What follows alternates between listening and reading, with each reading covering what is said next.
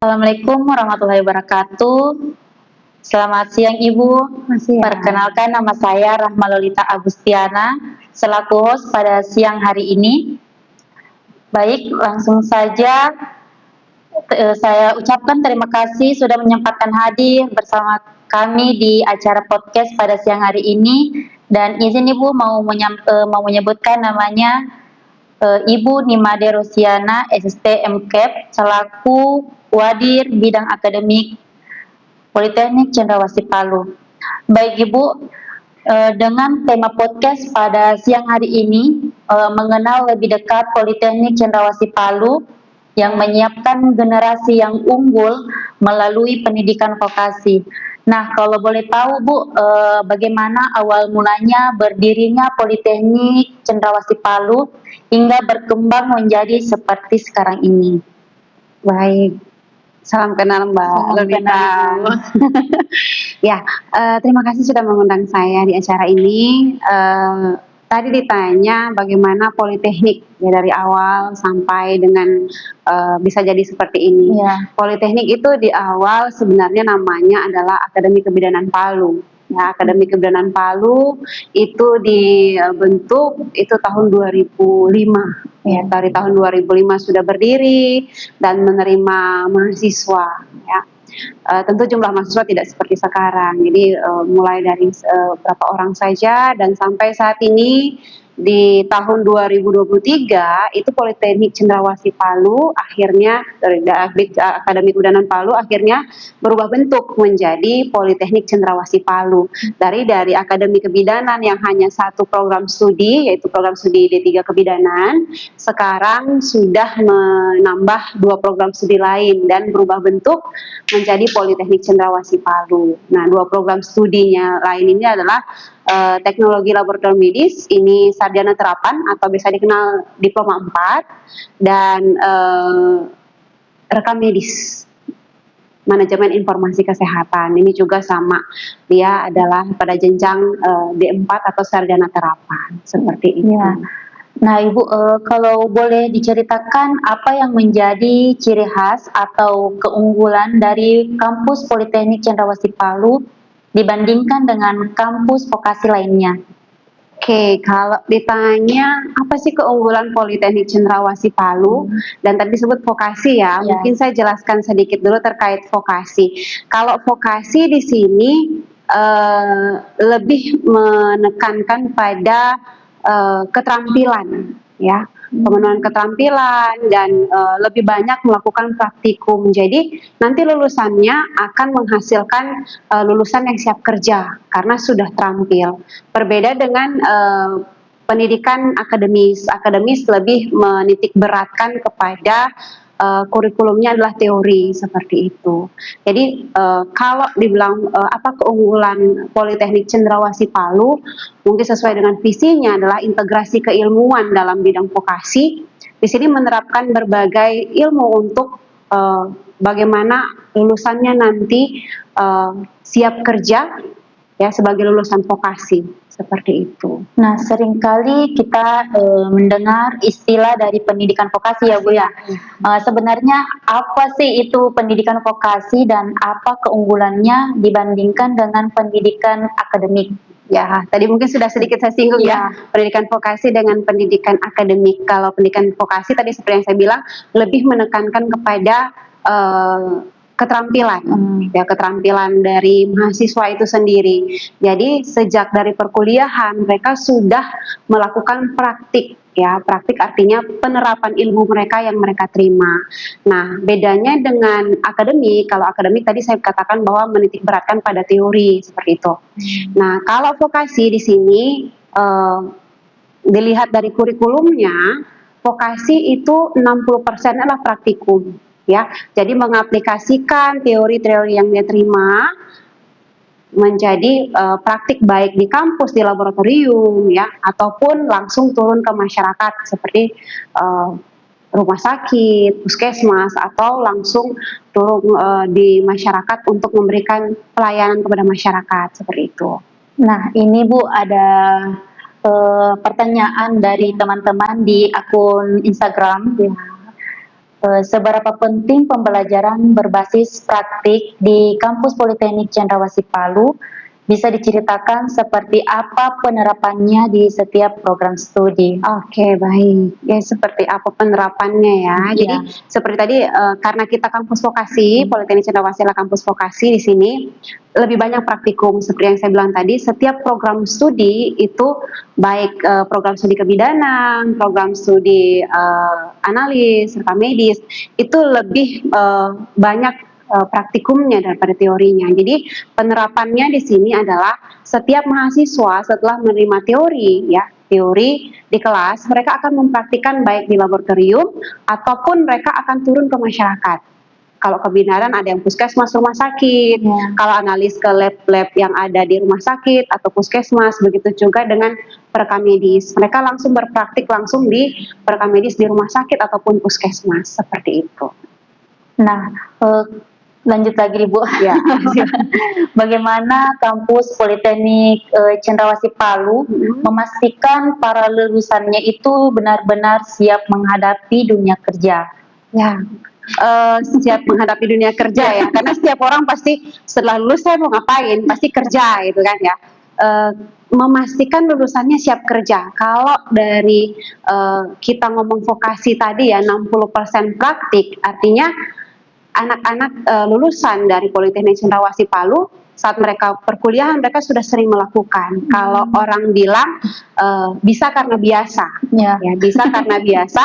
Artinya saat mereka sering melakukan praktik itu baik di laboratorium di kampus maupun mereka saat mereka praktik di lapangan puskesmas, rumah sakit atau di masyarakat, mereka sudah berulang-ulang melakukan hal yang akan mereka lakukan di lapangan saat mereka kerja nanti. Jadi memastikan kesiapan, saya rasa setiap lulusan Politeknik Cendrawasih Palu pasti sudah akan siap untuk kerja setelah mereka lulus. Karena saat kuliah pun mereka sudah melakukannya di lab ataupun di lapangan, seperti itu mungkin. Nah, banyak yang mengatakan lulusan pendidikan vokasi itu lebih cepat terserap di dunia kerja ya Bu ya.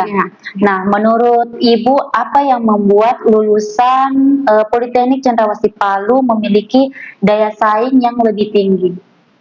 Daya saing artinya dalam penyerapan kerja ya. Kalau daya saing dalam penyerapan kerja ya karena mereka sudah terbiasa melakukan, sudah terbiasa ya praktik ya, sudah terbiasa melayani masyarakat, sudah terbiasa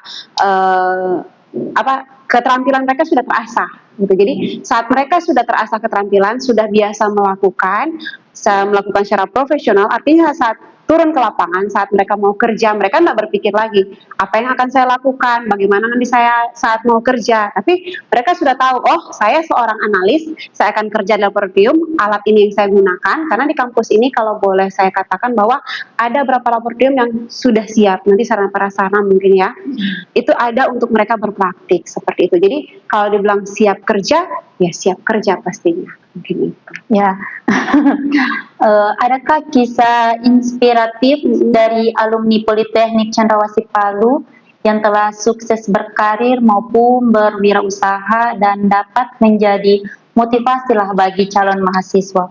Oke. Kalau alumni, kebetulan saya sendiri alumni.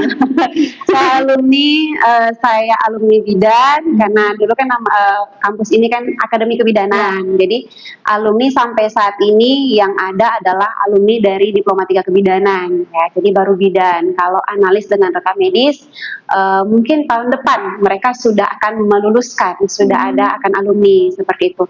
Kalau kebidanan sudah banyak ya, termasuk saya satu gitu.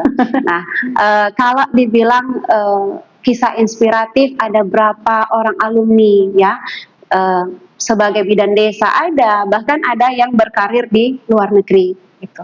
Di Arab Saudi, di Belanda, di Turki itu ada. Nah, untuk yang di inspiratif yang salah satu mungkin saya bisa ceritakan ada bidan Nanda namanya. Dia sangat inspiratif karena dia pernah mendapatkan penghargaan presiden itu sebagai bidan yang kreatif ya. Jadi pernah mendapatkan penghargaan. Dan kalau kisah-kisah yang lain masih banyak.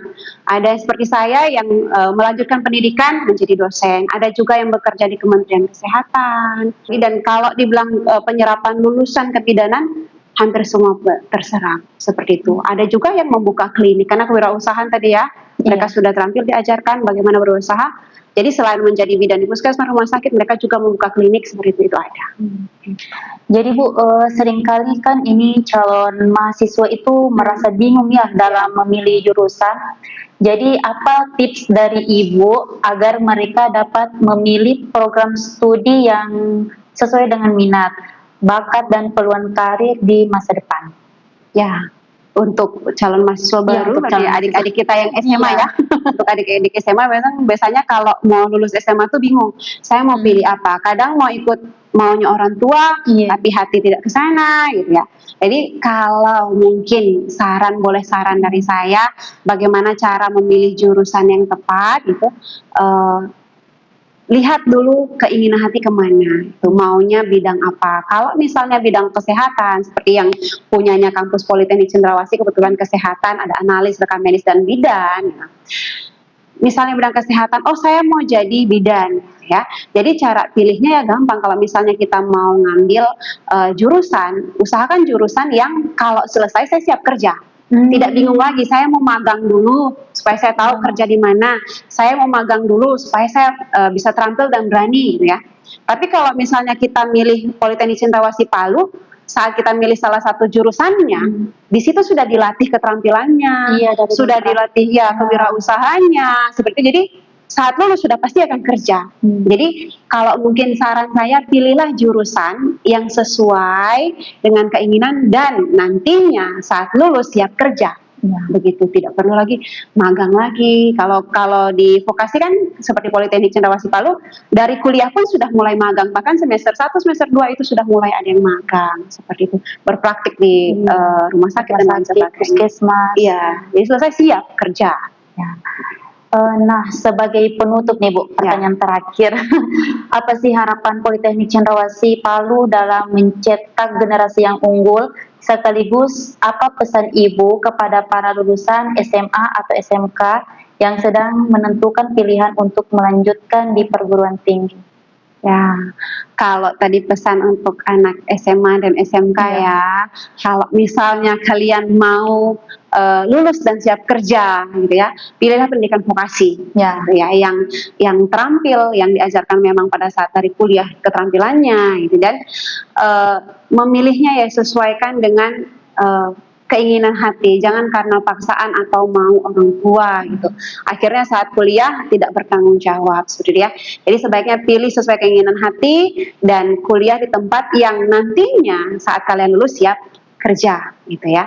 Jadi kalau saya mungkin adik-adik SMA dan SMK yang mau kuliah, marilah ke Politeknik Cendrawasih Palu yang berminat di jurusan kesehatan, karena kami di sini ada kebidanan, ada 3 kebidanan, ada di 4 teknologi laboratorium medis, kalau di rumah saya kenalnya analis, gitu ya, yang kerjanya di laboratorium, dan ada rekam medis, ya, manajemen informasi kesehatan, dan manajemen informasi kesehatan sebagai informasi satu-satunya di Indonesia Timur yang sarjana terapan atau D4. Seperti itu, ya.